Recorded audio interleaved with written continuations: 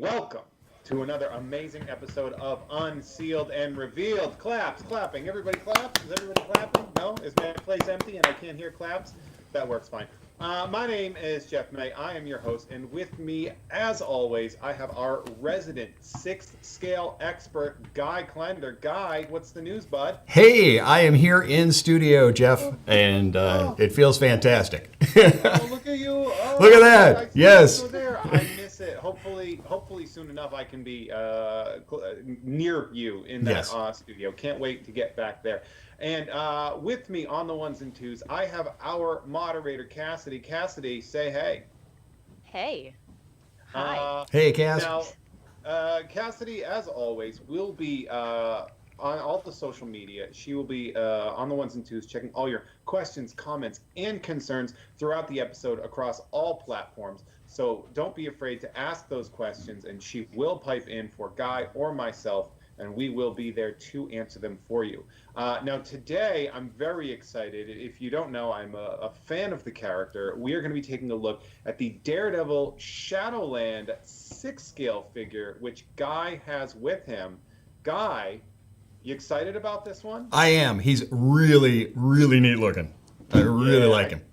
I got my DD shirt on, or one of them that I have here. And of course, we will be giving away one of these beautiful, fabulous figures that we are looking at right now. And we'll be giving this, we'll be holding this giveaway through a Gleam contest. And Cassidy will be dropping a link in the comments so you can have a chance to win one of these later in the show. And the Gleam contest will end tonight at midnight.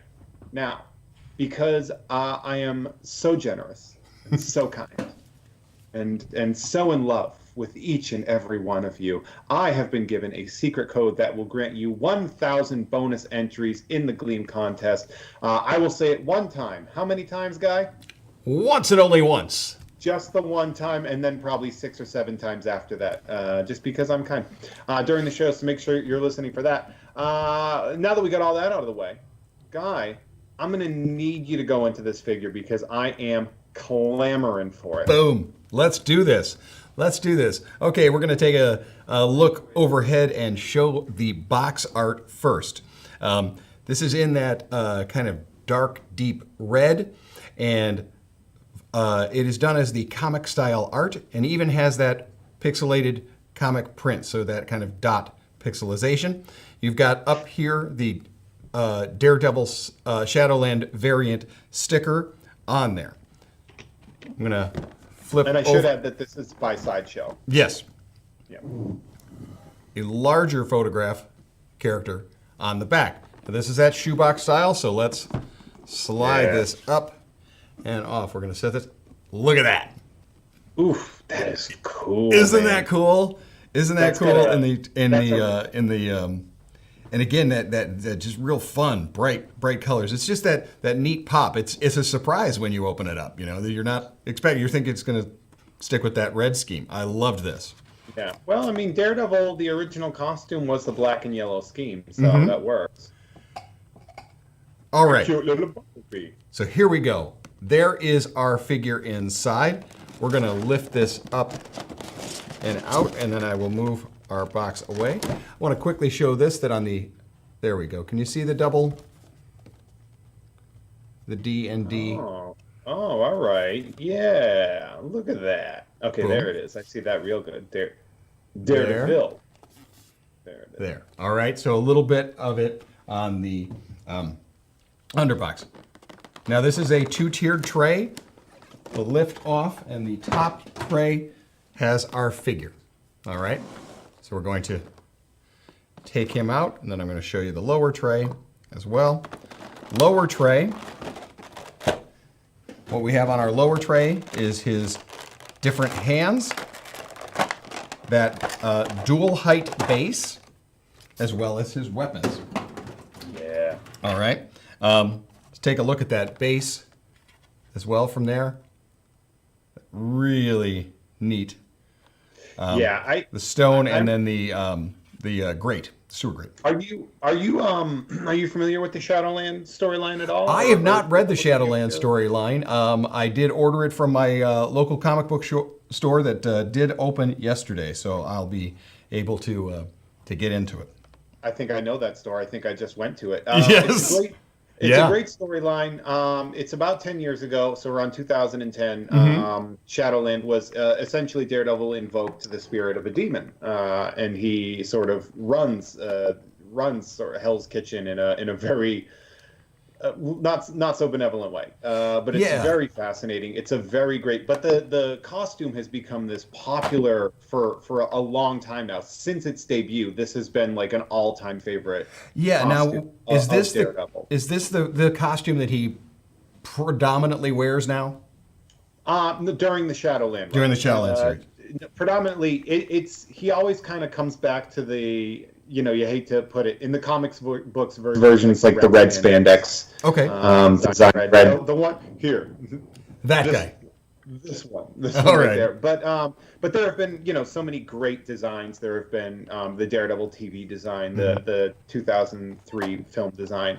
But this one really does hold up as being one of the all-time favorites. It's really, really neat, and I want to show you a lot of it. And wait till we get to some of our stuff. Next, what I want to show over here, and we'll do that over the overhead, is this is the way your stand is going to come, and it might seem a little different because it's going to have it has two different grabs. Okay, it actually pulls out. Okay, and that is your standard base that we're used to putting inside. Then you have a full slide over as well. And the slide over up top here is your traditional C stand to go in between the leg of the character. But you can remove this, use the other wire, and then you've got the waist grab as well. And what's neat about that is that allows you to kind of do some serious height on the figure. You want to do that kind of leaping off the rooftop. Yeah. I have that option now by doing it that way. I love that about Daredevil, that he's a very acrobatic character, and yet when you really think about him, he's of boxing background, so it's a really interesting dichotomy physically of the character as well. I dig that this is. I love this style of stand. I like to get that height. When we saw it used in Magneto or any of the other figures that can take flight, and then if I wanted, then there's, like I said, your traditional base stand here as well. So it's your more traditional stand. God, that looks so good. It's just really neat to have the two options, not only the two options as far as height of how you're going to display your figure, but your two ways of doing it. I like that. I like that a lot. Okay, next, what else we have inside are going to be his different hands. And lay these out here on the turntable. We've got a right and a left, kind of in a more open stance, kind of like this. Yeah. Like so. And it's got the little red on the knuckles. It's accentuated in. We've got that leather look. I love the leather kind of V stitching that goes in there. And then even the grip on the underside. I love that comics designs have finally sort of accepted the fact that you're going to want to put some padding on those knuckles. Yeah. I've noticed that a lot in characters like Daredevil and Batman, that when you see the design of the character, you'll notice there's some kind of knuckle protection because they punch. Yep, they punch. You don't want to bruise them knucks. So here, because you bring those up, we're gonna definitely see those knuckles in more of our I'm going to say the open front, but look how you even have the stitching of that leather glove. It kind of has that leather driving glove, but the stitch work done in there. Now, that's with a slight open on the thumb there. I want to show off the other hand. that has more of a closed thumb. I'm going to set them next to each other there so you can see it's a slight variation in theme. You've got we'll call it the trigger finger, kind of more extended outward on this one here, and more of a closed on here. And then the figure out of the box has the fist. Now here's our next one, and that is our weapons. I'm going to lay these out here and work through them for you, because it's really neat what they've done with it as far as how you're able to do them. So you're going to have your 2 clubs, like so. Whoops. For beating. Yep. This here, we'll explain how to work that. Is that the staff? Yep, that's how you could change it into your staff. And then you've got there for your nunchucks idea as well.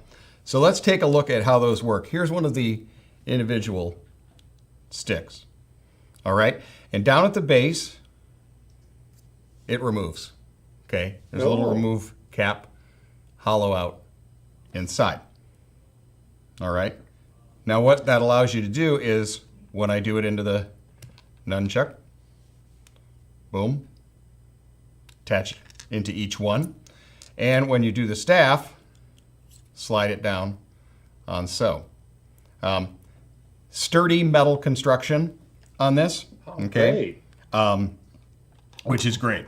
It is a snug fit, and that is what you want with something like this.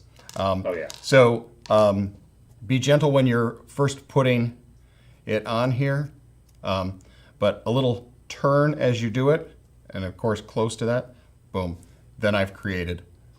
Oh, that's a little bow staff. The whole staff, okay? You're going to do the nunchuck thing now, right? Because I would like to see that. I'm going to do the nunchuck. Because it's funny too, because with the it's in a way it's kind of like a nunchuck, but I mean Daredevil often uses it as a sort of grappler / like a rope projectile, almost like a rope dart, you know, because it's so long that he would throw it to hit somebody and then kind of pull it this back. Isn't that kind of old school or more of a like a short chain? The short chain rope kind. Now this is a string in between. Okay, so it's nice and pliable, and I don't have to worry about it getting tangled up. So I've taken off the 2 end caps, plug the one in so, the other in so, and yeah, like you said, incredibly long. Yeah. So that could be good if you like interactive, making interactive scenarios for your characters, like a swinging something. Yeah. Like you said with the swinging. I mean, you've got this huge amount. This, well, you know, I have not measured that out, but I got to say this is, you know, between 14 and 16 inches from end to end when you've done it that way. So if you had it in your figure, you had some type of background, or you wanted to have it up on the corner of your case as though he's looped it around. A lot of famous Daredevil art tends to focus a lot on that specific part of the weapon. Is the sort of, like, I always think of that the Joe Quesada falling from the building, throwing it up piece. It's like very long. When you bring that up, that's the one that you're seeing here on the side of the box, is that big long. Yeah, looping around. So I'm glad you bring that. I love that. I love that you're a boxer and this character is, and so I know that it means even more. And you've got a lot of knowledge about it. Okay, so now let's place one of the weapons into the hands. The hand here is going to be a softer material. Okay, so you don't have to worry about scratching those up. I still always lift the kind of back, open up the fingers to slide in. Okay, that's on one of them. The right hand, I'm using the more open version, but in the left hand, I'm going to do the closed hand, and that's just so we can see how both lay in there. Again, something I love Sideshow so much every time they do this. When they give us the additional hands, they're giving us the additional wrist pegs. And they always mold them in the color. You don't have to worry about that. And as we know, wrist pegs are one of the most frequent things that we have to deal with as far as, loss or damage or where the heck did that go. And I love that they put those right in there. You don't need to worry about it. You've got plenty. That's a great thing to have. So, and we'll swap those out in a moment. But Jeff, what do you think about how long that can be in there? Pretty neat, right? Yeah, it's good, pretty impressive. Like, I really like it a lot. I love that aspect, and it's funny too because as we're doing this, I was looking up the Daredevil premium format that Sideshow did, and how much it uses the long cable as well in its construction. So, like, a part of the form of that piece focuses on that, and I believe they did a Shadowland variant as well because they're smart. They're smart enough to know that they should do that. But yeah, I know it uses it where it's like kind of like the cord is like around his back, and it's just so cool, man. Yeah, I dig that, and this is a durable, thicker string used on it. It is tied and weighted in there, so you needn't worry about this. So I'm going to pull that out just a little bit. You can see how it's attached in there. Okay, so you wouldn't need to worry if perchance you wanted it shorter or this, that, and the other. You've got that. Well, some people might. Yeah, if you wanted, what I mean is you can pull that and kind of straighten it out. I mean, did it elongate on its own, or? I feel like he probably had. It depends on who's the writer, I guess. But I'm assuming he has locking mechanisms to decide how long the cord should be. How long the cord should be. Well, I'm going to set the figure back up here. I'm going to lift the arm, and so we can see right on the side where we are going to put those. God, that looks so good. And I am going to place both in like so. As much as I love classic Daredevil, and I really, really do, the Shadowland version of it just looks so rad. Yeah, it's really neat. I love this. I love this black and red. And now that I've got those in there, and kind of for a moment, pause here. I want to work our way from head to toe down on the figure, and really check out what we have here. First up, let's take a look at that head sculpt. Yeah, again, one of the things that I really like about the Sideshow Sixth Scales is that they tend to lean more towards comics instead of film. And yeah, I love film stuff too. I love seeing film characters, but there is something to me about sort of the love and respect of comics. I'm a big comic book fan beyond just the film, and to see a story, a liked story and a popular design and something that was 10 years ago. To sort of come back, I really love it. And I love that it is, in of itself, a comic book design brought into 3D. I'm with you on that. That's what I really like. We're not worrying about the likeness to an actor or a scene specifically. To me, it lends itself to a lot more play, a lot more open world play, shall we say, that you're creating and almost writing your own little story again. Based on that. There's going to be great side-to-side movement. I want to show how it's attached in the back there. This has that leather look. So we've got the leather in the actual suit, but then you continue with that leather-like quality in it. You really can't tell the difference in one being a sculpted and the other being actual fabric. Oh, that's pretty cool. And I dig that. That it feels like it's all one piece. It also has an articulation point down underneath in here, giving me a lot more neck side to side. That throat articulation. Yes. Well, what I mean is that I'm getting a lot more. Anytime you can get more play and more movement, is great. Is absolutely great. That there's no limitation in what you've got as far as positioning on there.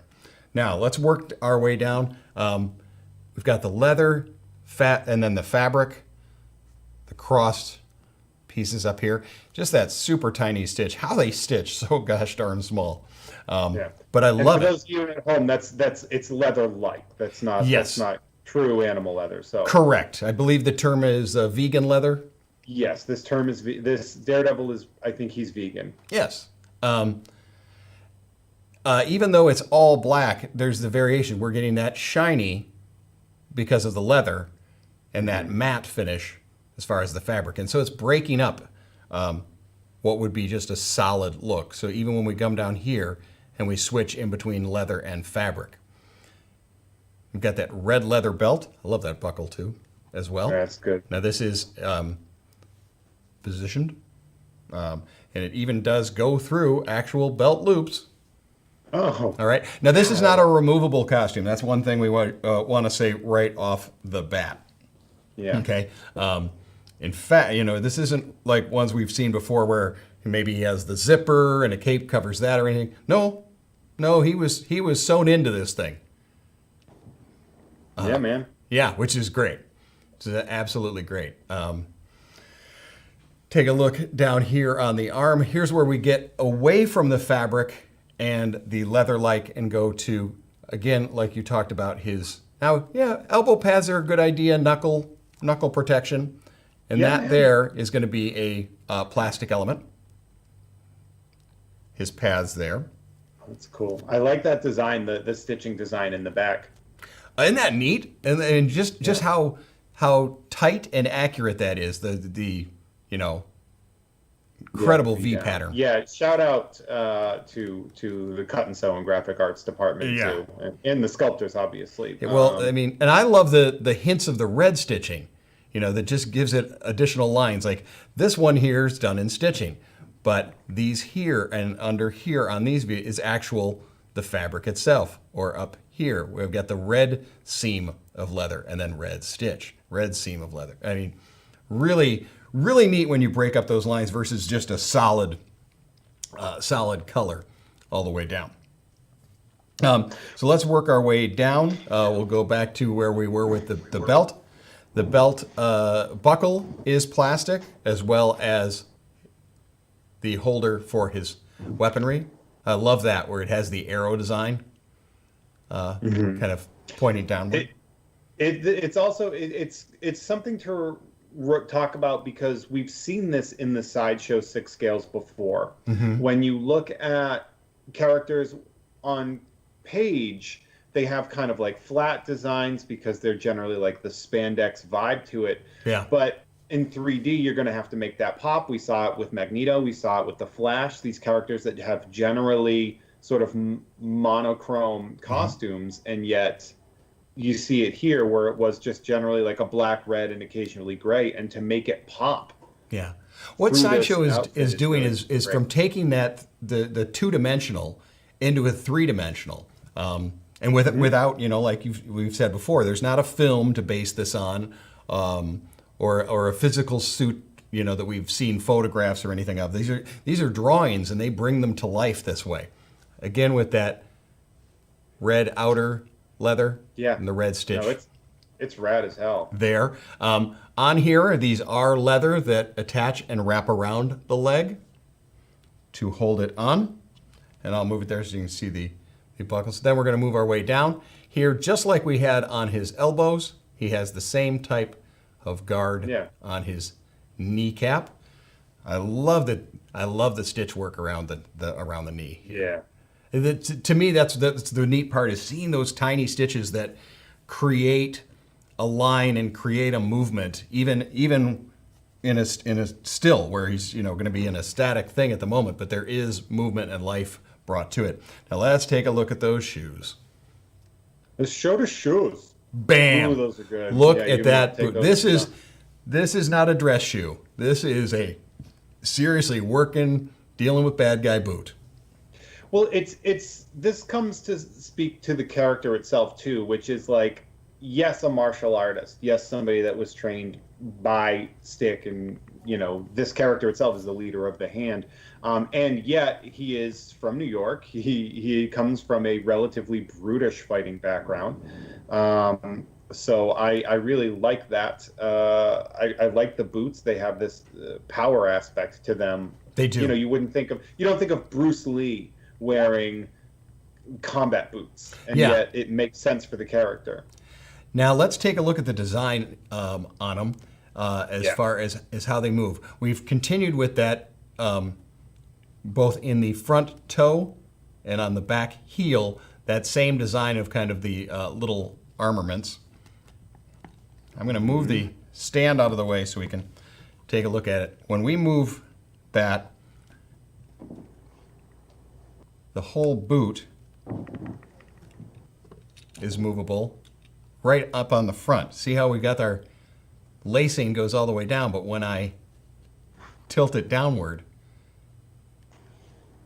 I'm still getting a straight, clean line in it. It's actually kind of two separate parts. This is attached on here, but it moves when you move it. Okay, this being a softer material, so when I lift up like that, it's not crinched. Yeah. And when I extend the foot, it splays itself out. And then when he kicks someone, yes. There it is. There it is. And that is some serious boot. Yeah, you don't want old Matt Murdock giving you the 1-2. He'll beat the brakes off you with those treads. Look at those, man. But yeah, look at that neat tread, and again that little red accent on there, which is great. Now, since we're down here, we're going to look at the articulation. We'll work our way straight back up. Okay, so we talked about that ankle articulation is kind of that ball jointed style.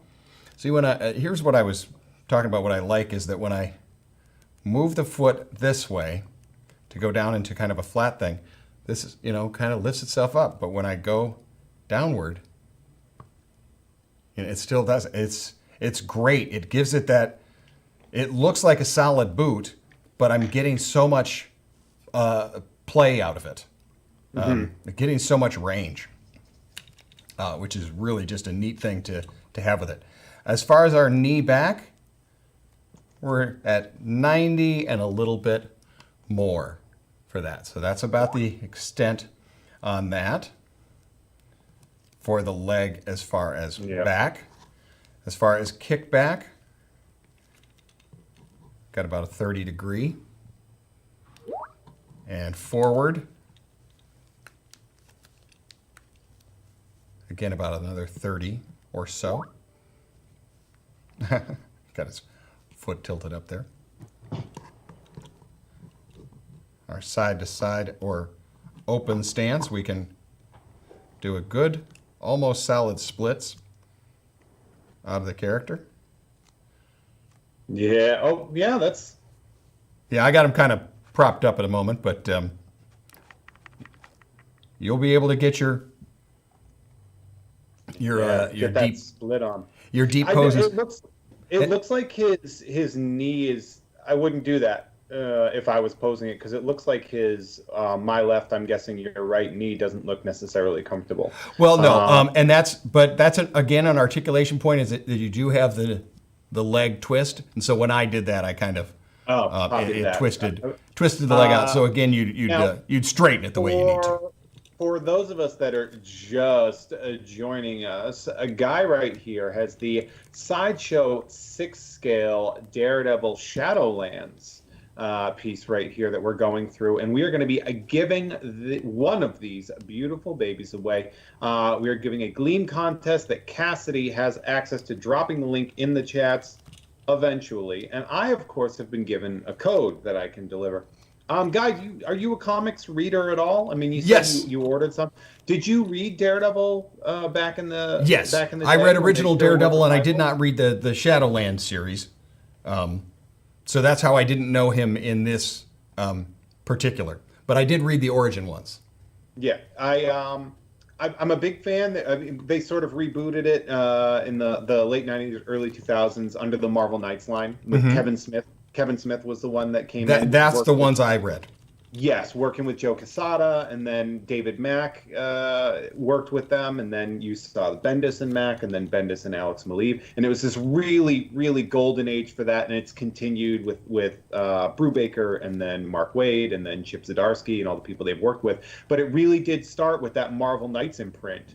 That Daredevil, you had Punisher. I believe they even put Black Panther in the Knights run. It was an interesting sort of like. They called it really street level stuff on there, really sort of nitty gritty, down to earth. It's where we got the Punisher, the Garth Ennis, Welcome Back Frank stuff. But the Marvel Knights run, if you are looking to read into comics, you want to get into it, I definitely would suggest looking through Marvel Knights. And because of that, I am going to use my code word. I'm going to make it Knights. So Knights, Knights, Knights, as in Marvel Knights, is going to be the code word. So when Cassidy drops that link for the Gleam contest, you can use the code word Knights for it. And again, I can't stress enough. Guy, you read it, you said. Yes.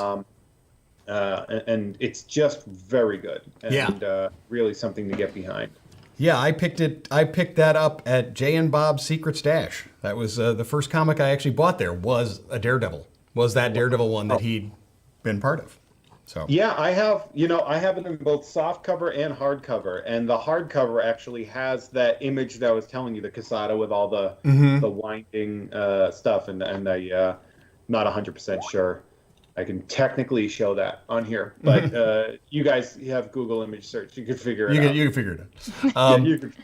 So, Cass, do we have any questions before we start getting into a little bit more of the posability and the suit and how it works with that posability? We do have a few questions. Yeah. We want to know, are those knee pads glued to the fabric? Yes. Yep. Your knee pad and your elbow pad are attached. Okay. Now, however, when I go to do my posing with them, they will move with the suit, and I have the ability. The suit is not, I don't want to say loose, but it is not glued on to the underbody, which means that I'm able to move the suit around the way I need it to be where it needs to be. Does that make sense? Yeah, it's like a spandex costume or a leather costume would be on a body. Yeah, that it has that natural movement. But yes, Cass, those are attached element. Awesome, thank you. Another question by the same person, Gustavo Contreras on Facebook, wants to know, is there a wire option with the dual clubs instead of a string? It does not come with one. No, this is a string option. I was actually going to ask that same question but then realizing that because the weight of the billy club, the wire wouldn't work. Yeah, because these are of a metal construction. If you had the wire, it would either have to be a thicker wire that would kind of look out of scale, and I don't think it would have that flowing motion that you kind of look for with this. I'm going to move the figure, if I'm kind of moving the thing around, I have that natural kind of look and movement to it that it would have versus if I did it with wire or something else. It wouldn't have a fluid aerial type motion to it that you want. Yeah, I definitely, I'd say for posability with them in that format, I would look to that premium format Daredevil by Sideshow and take a look at how they did it, because it looks sick. Yeah. And this wouldn't be a bad piece to sort of emulate that pose as well. Yeah, that's what I love about it is when you're doing these, you can look at premium formats, you can look at your favorite frames of a particular one, and then you're the final sculptor in this, the final artist in it. So let's take a look at up here. Now the Daredevil emblem on there is printed on there. Okay, so it's not a stitch version, but it's nice and bright and raised. When I say bright, I mean it's vibrant. It's as vibrant as the rest of the red leather.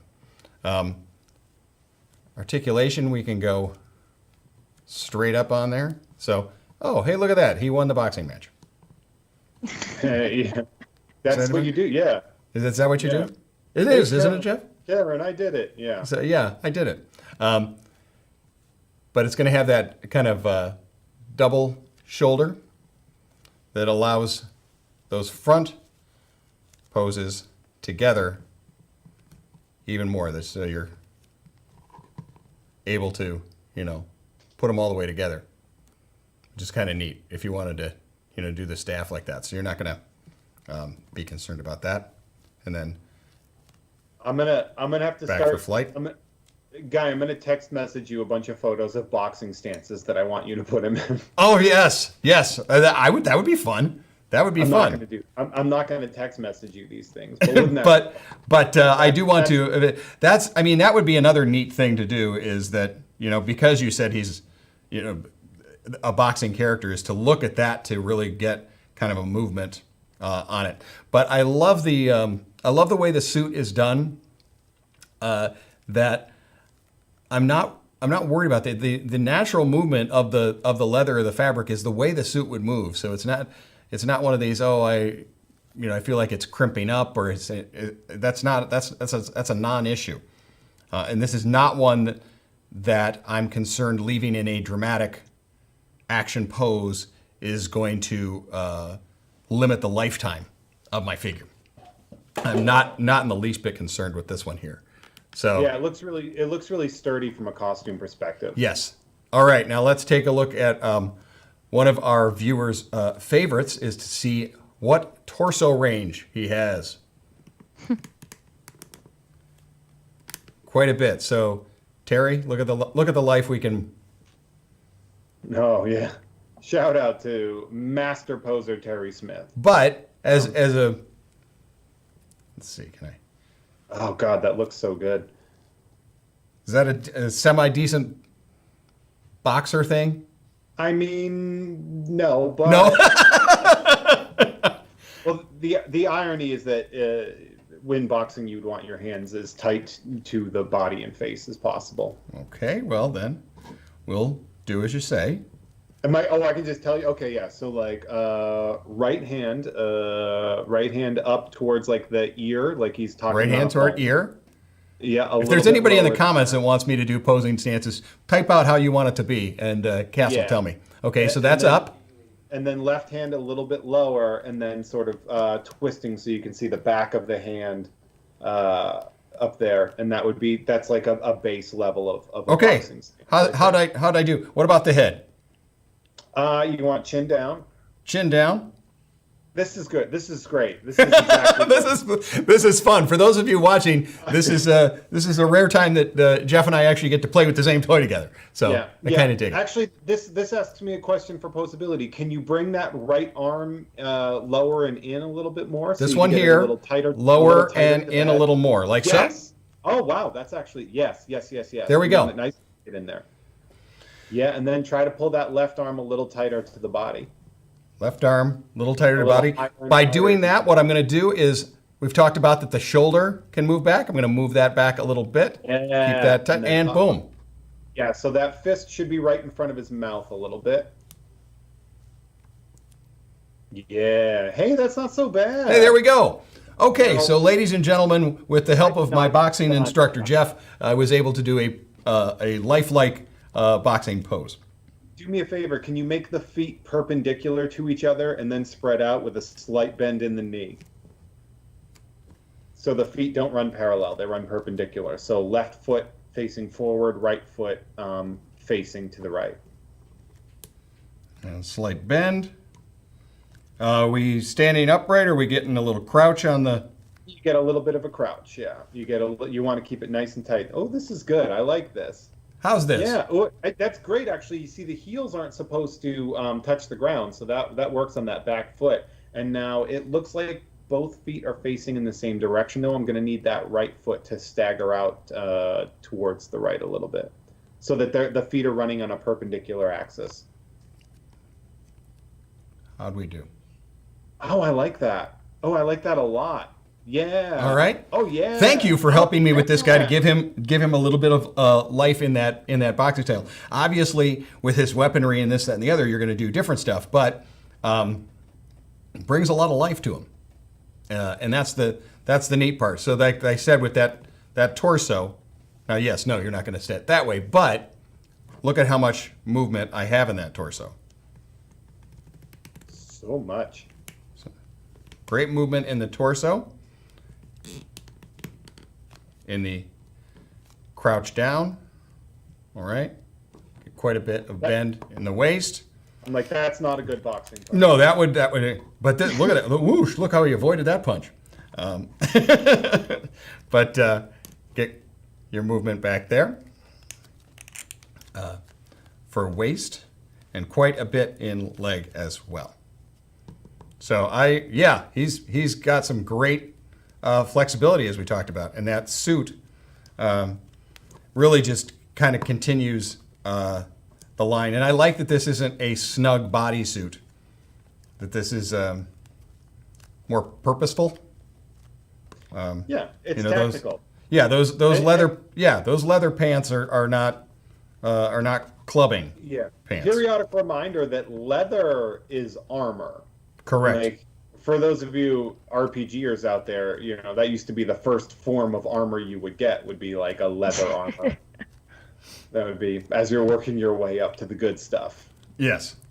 So a cuirass, is that what it's called? I think so. We do have a question real quick about the extension on the stand. They want to know if it can hold the figure in like flying or like other jumping. Yes. So let's take a look at the stand and how you do it. Okay. So when it's going to come packed in box, okay, it's going to have both of the elements in there. You're going to pull the smaller one out. Okay, I'm going to take the C connector, lift that up and out. Then this slides over top. Okay, the extension slides over top. And then from here, that's giving me whatever height. Now, when I do these, because they are the clamp like that, the tension, I'll take the figure first, put it around the waist, and then slide down until I feel it grip. I have I'm going to give you so can we there we go. A little further back you can see when you talked about can I get height on there. And then of course from here you'd create your pose. Guy, I was going to say, speaking of, like, there's one character whose poses would be relatively similar, but I'm going to ask you a little Daredevil trivia question. Can you name two other superheroes that have worn Daredevil's outfit to cover for Daredevil? Can you name two? I bet you can get one, really, because there's one we've done on the show a few times. Yes. Boy, did his partner cover for him? Ever? Foggy? I don't think anybody would ever believe that was Daredevil. I didn't think so, but from a distance, no. Well, I'll tell you what. One of them's Peter Parker. Okay, yes, that one I knew. And then the other one covered for Daredevil when Matt Murdock was in jail. Maybe see if the chat can know the answer. That would be fun as we're doing this. It's a little fun little there's some serious height there that I've got. Probably underneath him, I've got about 6 inches. I've got the entire length of my hand there. Yeah, that's an impressive height on that piece. Okay, so again, if you're going to want to be high up in the air like that, create your pose first, then take the waist cinch and put it around, and then you're going to slide down until you get the tension on there. Okay, but yeah, you can get some serious height in action. Cass, can you ask if that covers the yes, the question. The question? Yeah. Yeah. Oh, it does? And okay. Actually, we have some answers too. Owen on Facebook says Black Panther and Iron Fist, and then another person, Justin Lee Smith, says Iron Fist. It sounds like it might be Iron Fist. It, That was the other person? Black Panther may have, but yeah, Danny Rand, the Iron Fist. He was during the Civil War, because Civil War was happening while Matt Murdock was in prison. So they did a side story where Matthew Murdock was actually Danny Rand in that suit. Yeah, pretty cool. Shout out to my nerds, and that actually led to a fantastic Iron Fist comic that came out, written by Brubaker and Matt Fraction. I'm just trying to do different things with the C stand, trying to see if I can do the standard C stand under his waist or on the hip there to kind of see if I can airborne him a little more like so, and it'll take a little bit of balance and work there, but while you're at home, working him out. Sometimes we don't have much more to do. So, exactly. You may have a little bit of free time.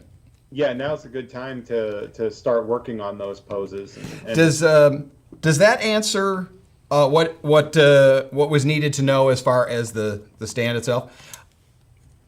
And how yes, I believe so. Okay. And again, if you didn't want to go that high, you still can use the waist cincher and, not be quite as high up with that, with the shorter extension as well. All right. So, yeah, a lot of options with the way in which the support stand can be used, or you can do the Jeff May boxing pose that we did before and have him over the base, which is that sewer. Shout out to Battling Jack Murdock. Yeah, I dig him. He's really fun. He's really, really, really, really neat.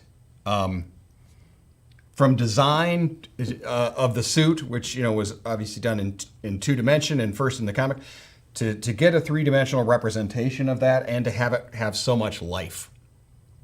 Yeah, it looks really great. And it's pretty spectacular. Yeah, just those little movements, and you get so much. Yeah, Guy, let's have you. I need you to steal one of those for me while you're okay. Alrighty. You can just grab that. I'm sure they just have them laying around. Oh, there's a stack over in a corner. Cassidy, it looks like, I'm looking at it, we have a little bit of time left if there are any more questions. Mm-hmm. And if not, I figure we can start rolling out here and start throwing some contest links out there. Ooh. What do you think? Yes, I am not seeing any more questions. But if anyone does have any more questions, this is the time. But yes, I do agree with you that we could throw out some Gleam contest out there. Throw that out. And as a reminder, I did give the super secret code word earlier, and I'm not going to tell you right now. Nope. You should have been. You said you were only doing it once. But for those of you that are joining us just now, welcome. A little late, but I'm down with it. I appreciate and respect you. Guy has just gone over the Daredevil Sixth Scale Shadowland version by Sideshow. This thing is gorgeous, a fantastic representation of the comic book design from the 2010 Shadowland story that is utterly fantastic. Daredevil is in charge of the hand, and things go awry. So we got that going for us. Cassidy, if you have no more questions, comments, or concerns, we good? Drop a link. Yes. Well, I All like right. that. And, so Cassidy, you have dropped it? I'm dropping it right now. Cassidy is dropping it in the links right now as we speak. So you have until midnight tonight. Excuse me, not 24 hours. You have until midnight tonight. That is midnight on Thursday, May 28th Pacific Standard Time, to get all these contest entries in, including the 1,000 bonus entries that my code word brought you. So as Cassidy is doing that, I'm going to wrap up and say thank you all for joining. because you've been an absolutely amazing audience. Love hearing from you. Love the interactions on that. Now, again, remember, for those hoping to win, don't forget to head to side.show/windds and use my code for 1,000 entries. And if any of you are interested in entering any of the other giveaways that we have Collected A May going on right now. So it's not too late for that, where we challenge you to show us your collectibles each day of the month for a chance to win a prize.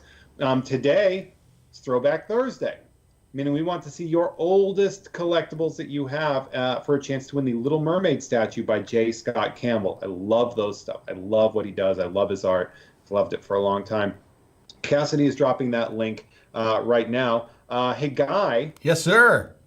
Thank you so much for giving us a great look on this piece. It was so good to see you in the studio. Yes, thank you for teaching me some boxing stances here. It brings it to another level as far as realistic fight stuff in posing of figures. Well, I got to say, I love it. I love seeing there, and I love seeing you there in your element, thriving. That was great. It's great to be back and playing.